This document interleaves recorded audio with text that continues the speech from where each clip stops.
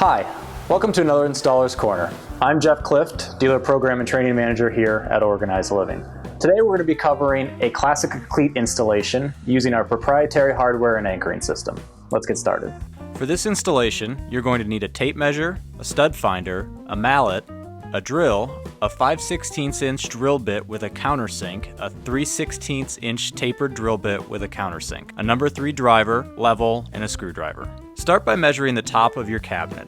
Then draw a level line 3/4 of an inch below the top of the mark. This represents the top edge of your cleat.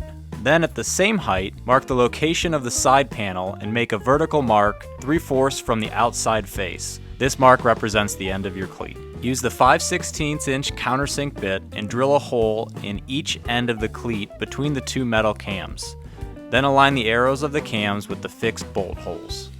With the cleat flat on the wall, align the end mark and the top edge of the cleat with the level line and drill a 5/16 inch hole through the pre-drilled cleat holes into the drywall. Insert the red melamine anchor through the cleat into the drywall. Use a mallet to finish the installation of the anchors, making sure they're flush with the board. To further sink your anchor, run the melamine screw into the anchor a few turns, then tap the back of your drill, ensuring the anchor sinks below the start of your countersink hole. Once the anchors are set, run the melamine screws into the anchors until they are fully engaged and anchored. You'll feel tension on the drill and the rotation slow, then a release which indicates the anchor has fully engaged. It's important to remember that the anchor will not strip. Once your top cleat is anchored, assemble your cabinet section using your fixed shelf and panels. For your bottom cleat, follow the same methodology as before.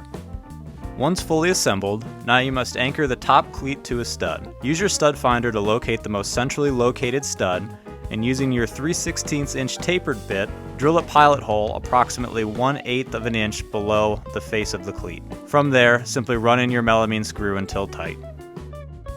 Learning a basic cleat installation is the foundation of any Classica system and will allow you to build custom closets that your customers will love. Should you have any questions regarding Classica products or installation, please don't hesitate to reach out to your dealer support specialist, and I look forward to you joining us on another Installer's Corner.